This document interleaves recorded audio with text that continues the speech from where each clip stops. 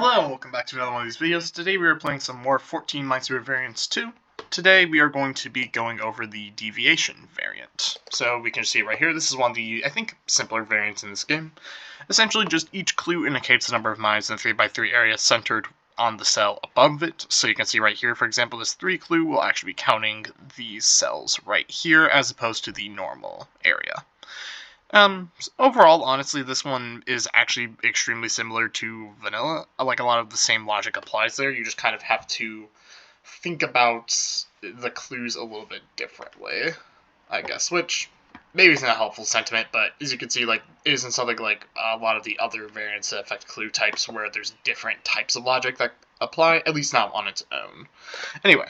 We'll go ahead and do a few levels of this. I might actually go and do a more challenging one because I have unlocked exclamation mark for this, so we'll go ahead and get into it. So we can see here, first of all, the same difference rule thing applies here, where we will have at most 2 mines in this region, just from this 2, but we also know from this 4 we need at least 2 mines here. So there have to be 2 mines in here, and no mines in here. Cool. Similarly, we can kind of see that, again, there will be 3 mines in this group right here, and then for the 4, that means the last mine must be up there, and we can also see there won't be a mine down there, just because we need 3 mines in this region as well.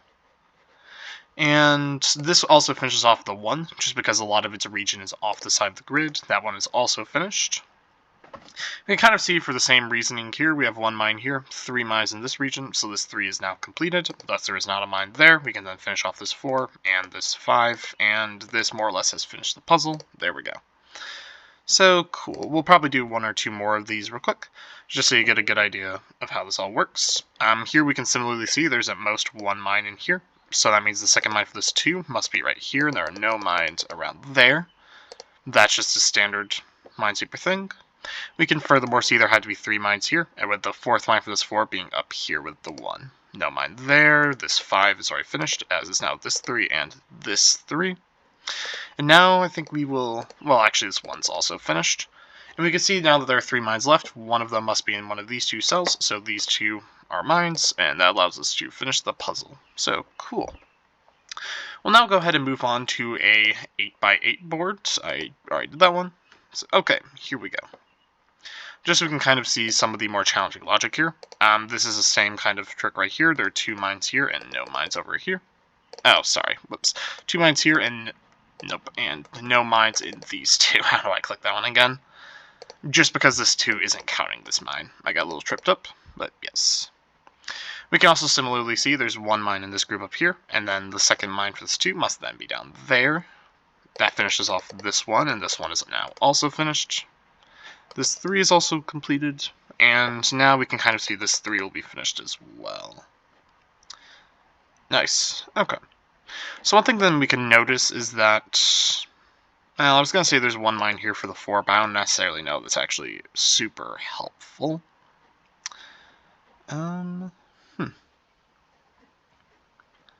Let's see if I can find where we should be looking.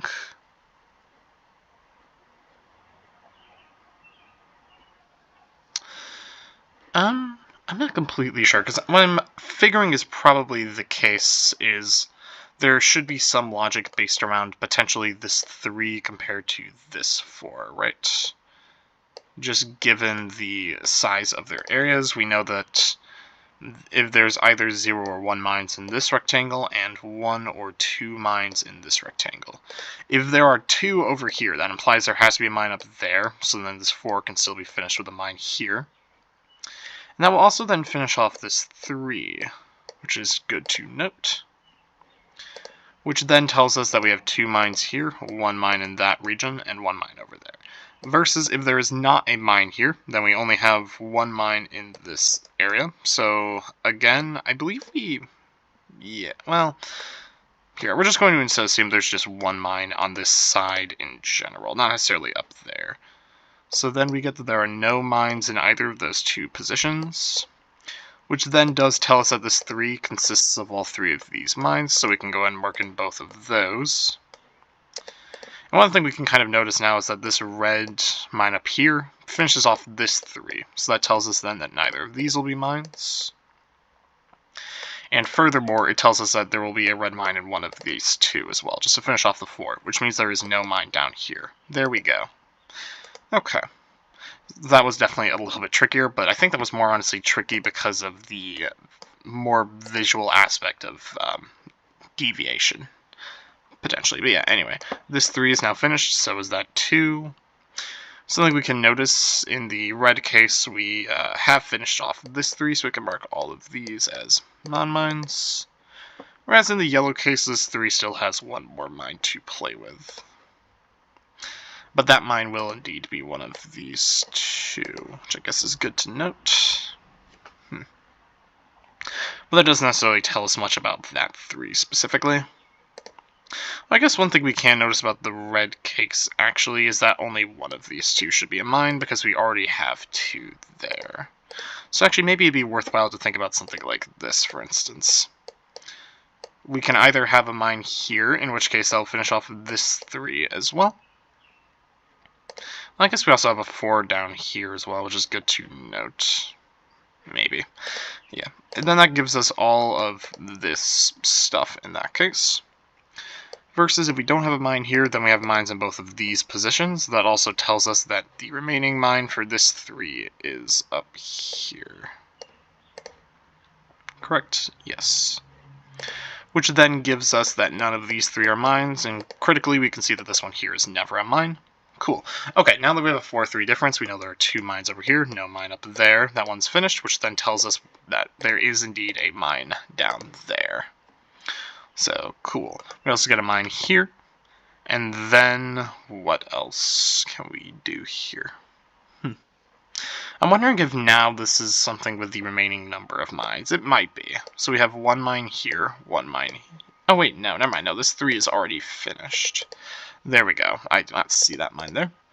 So then we can mark in all of this stuff. And, okay, now it looks like it's likely something with the remaining number of mines, right? Because we get, at most, 1 mine within these 3 cells. Then we have 2, 3, 4, 5, 6, 7. So we know that there have to be mines in all these remaining cells, which then gives us that. Cool. So next thing I think I'm going to do is move on to a single exclamation mark level for this. As you can see, I have been working through unlocking some of these. This is actually the first one of these I'm going to do, incidentally. Looks like there's only 65 of them, but we'll see how much more challenging this becomes. So that one is finished. We also know there has to be exactly 1 in here. Alright. This 4 is also completed, which gives us that that is the single one there. And let's see. What else can we gather?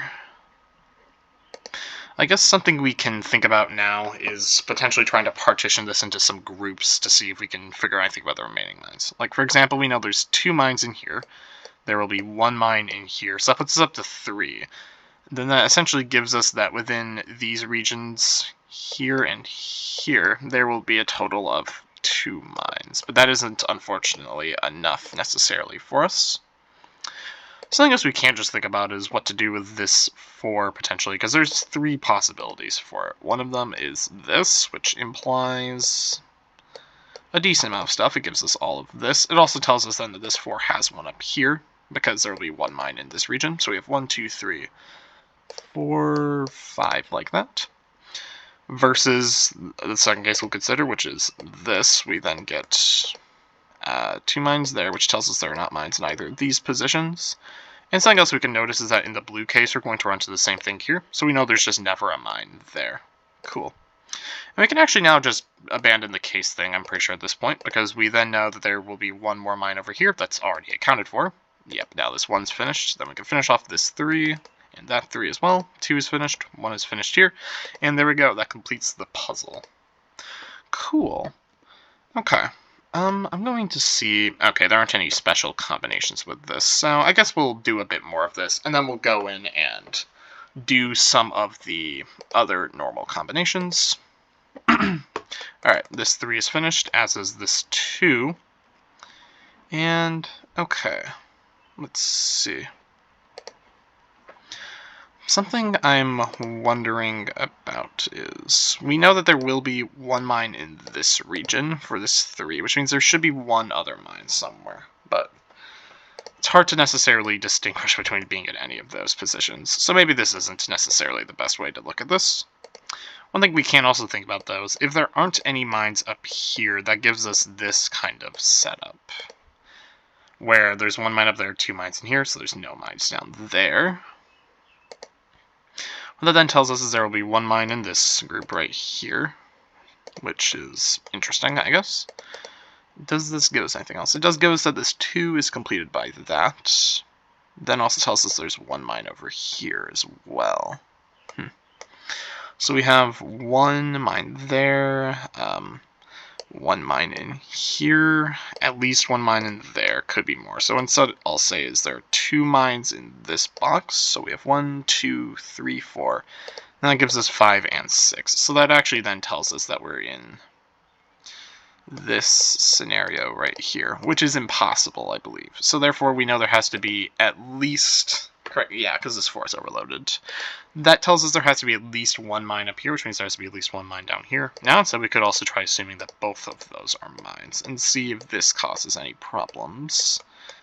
It seems like it probably should. We have 4 mines there, then we get another one down here. And one is indeed at 3. We also have 3 mines here, but we already have 2 mines there, so we have 1, 2, 3, 4, 5, 6. Okay, now it looks like this is entirely possible. It's good to know. We could also just consider trying to split it by the 2, now that we know that there's more possibilities here. That then does indeed imply there's 1 there, because you've already shown earlier that otherwise this is impossible. So that then gives us this, which will now tell us this 3 is completed. I guess actually something we can, well, no, not necessarily. There will be 1 mine in this group, but that doesn't necessarily imply that there's 1 mine over there. We then get a mine here, which then tells us that 3 is finished. This 2 then must have mines in both those positions, so we get 1, 2, 3, 4, 5, 6 like such. Whereas in the red case, we again get that this one here is not a mine, so we can mark in that real quick. And now for this 3, the last mine will be one of those 2, so this one over here is also not a mine. Cool. And let's see real quick. What else can we gather? Given that there is 1 mine here, this one here must also be a mine, which then tells us the last mine must be, there must be 1 mine down there. Correct? Because yes, there are 2 mines up here. Oh, wait a second, hold on. No, actually, never mind. No, that tells us this one isn't a mine, because I, again, forgot about that. So this one should never be a mine. Cool. There we go. The one thing we can, well, no, not necessarily. I was about to say that we could potentially see that only one of those 2 is a mine, but that's not necessarily true. Actually, let's consider the red case more closely now. So we have 1 mine here, we have 1 mine there, which means we have 3, 4 mines there to count up to the remaining total number of mines, which means that this one up here must also be a mine. So there we go, and then we can go mark in this one out of 4, and there we go. That disambiguates us. Cool. So I think we'll do one more of these harder ones real quick. And, okay, let's see. So, first of all, is it possible for there to be a mine up here? Potentially. And we can see what this force is real quick. Correct, because then we have 3 mines here around the 3 as well, so that means we get 1 mine up there. And, okay, it seems like this is fine. Versus if this mine is in either of these 2, it should be roughly the same situation. But regardless of which of these 2 the mine is in, I should say. Then we get 1 mine there, and that tells us that none of these ones up here should be mines. And the last case we have to look at is if there is a mine down there. Then we get 2 mines up here, which then tells us this one over here is always a mine as well. Just, again, we have to keep this sum down here the same as that sum up there. And that also tells us neither of those 2 are mines. Based on the fact that there isn't a mine there, we now know that this one must not ever be a mine.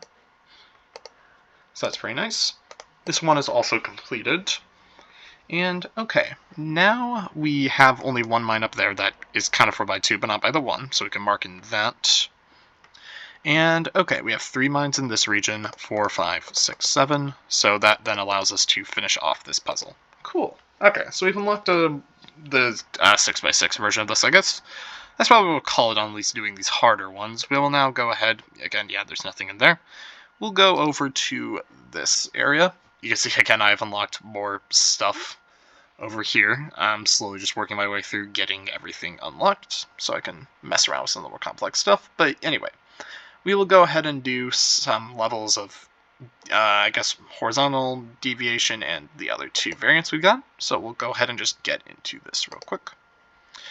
Alright, did that one? Okay. And if you don't recall horizontals rules, I think I went over this in the last video, but just to be sure, there has to be a mine horizontally adjacent to any other mine. So, like, you can't have mines just like that with nothing adjacent to them horizontally. That tells us there cannot be a mine here. There also can't be mines either of those two positions because they'd have to extend outwards. Same thing with both of those. And furthermore, we can also see that one can't be a mine just because if it were, then this one would be underfilled. And, alright, what to do from here? Well, this 3 is already completed. We can also mark in that. We can then fill out all of this. That one just from the horizontal rule. And, okay, from here this 4 is also completed. Now this 3 is completed. We can finish off that 4 as well. Neither of those are mines, and that allows us to complete this 7. We have no mines left. There we go. Cool. That was a relatively simple one of those. Now we'll move on to a deviation connected. Connected is the one that we covered last time. We'll just go and get into it real quick. That was all just from standard logic. And now something I guess we can consider is there are kind of two possibilities with this. Either there won't be a mine there, in which case there are not any mines in here.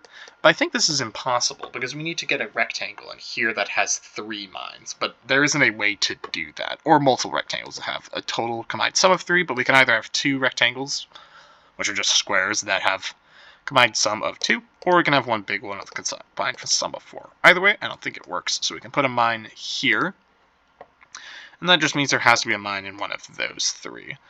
Now then, we can then consider what happens if we put a mine here. We know that this thing can't extend upwards because it would create a non-rectangle, but that kind of locks off this one, so there cannot be a mine here. Cool. We now know only one of these two can be a mine. If they both are, we get a non-rectangle. So we have 1, 2, 3, 4, 5 like that. That allows us to fill in all of this. This mine must be here because all rectangles need to be connected to each other. So we can get that. And again, we need to fit 2 mines into here. We can't ever have a mine down here because then we can only have 1 mine up here, but that will create a non-rectangle. So this one cannot be a mine. Both of those must be mines. That allows us to finish off this 3. This rectangle can no longer extend because I would overload the 5, so we can fill in both of those as non-mines, and we have 2 cells left with 2 mines, so there we go. Cool. We'll now go ahead and do a group deviation. Group, I don't actually think I went over this last time, but group essentially just any continuous mine region must have exactly 4 mines in it, so cool. We will be seeing a decent amount of 4 clues or similarly high numbers in this mode, just that's how it is. Anyway, all of that was from standard deviation logic. And something else we can notice is that we know in 5x5 grids there will only ever be 2 groups of mines. So we can go ahead and we know that essentially there has to be 1 group's worth in here. I'm not actually 100% sure if it's... No, yeah, it definitely is possible to have something like this where that group extends into here. Well, is it? Oh, actually, maybe not. Hold on. Let's think about this. If this group were to extend into here, it can only ever do so at most 2 cells, and those 2 cells will be, like, on the outside. Like, they would only ever be these 2 or these 2. I think either way, then, we need to get another 2 cells in here, and I don't think that's actually possible. So I think that this group then can't ever actually go into here. What that then means is that there is a group of mines entirely within this area, because it needs to have 4, and then this group must be completely disjoint. So that means that it will extend somewhere in here. We can notice this cell can never be reached by that. Furthermore now, we know that this, we can honestly just, real quick, I'll just bisect this grid. We can gather something like this. Where here we can see there has to be 2 mines in here, so there will be 1, 2 up here, and then the remaining 2 will go somewhere down here. They can never actually extend all the way down there, so we can mark in that. And this then tells us there will be 2 mines in this region, which means regardless of where those 2 mines are, the furthest they could get is to this cell, so they can never go back there. And furthermore, we know this one will always be a mine, just because if there's a mine down there, it extends upwards, otherwise it won't.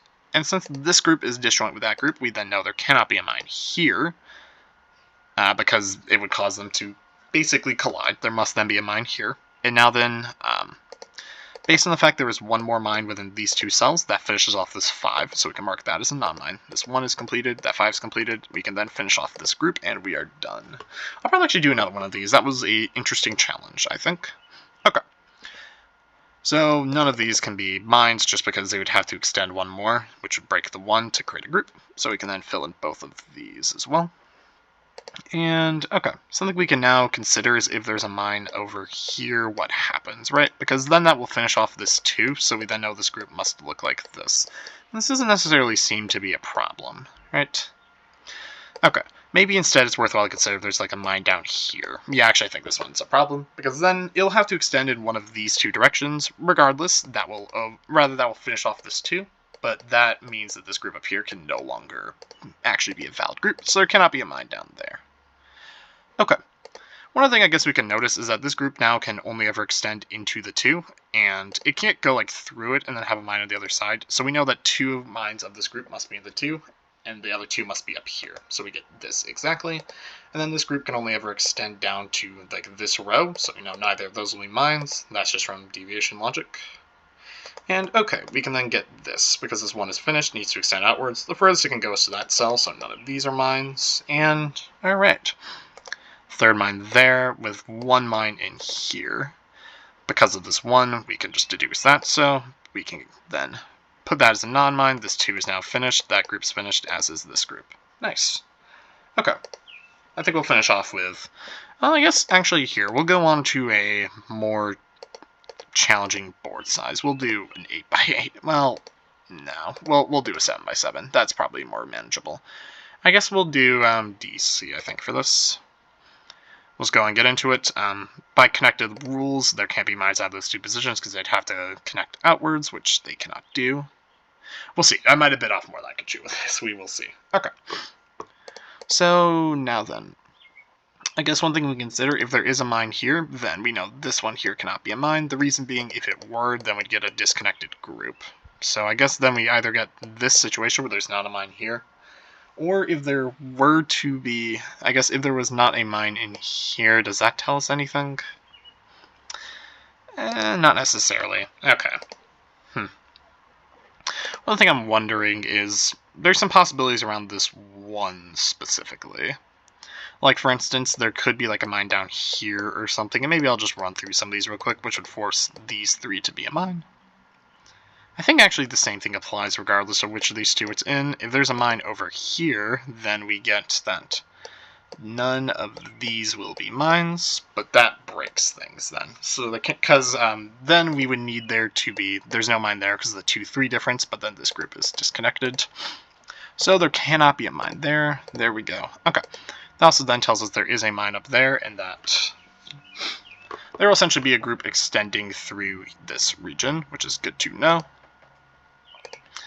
Alright. We then know that there can only at most be 1 mine in here. Well, there actually has to be exactly 1. There can't be 2 because it creates a non-rectangular region. So there must be 2 mines in here. There can only be at most 1 mine in here, so there has to be a mine down there. Okay, and also then tells us there is 1 mine in here as well. It is possible for both of them to be up there, or for one of them to be down there, so that doesn't give us any other information as far as I can tell about that. Okay.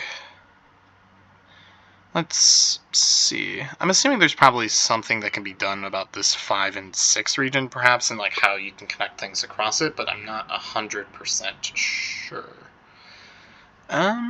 Alright.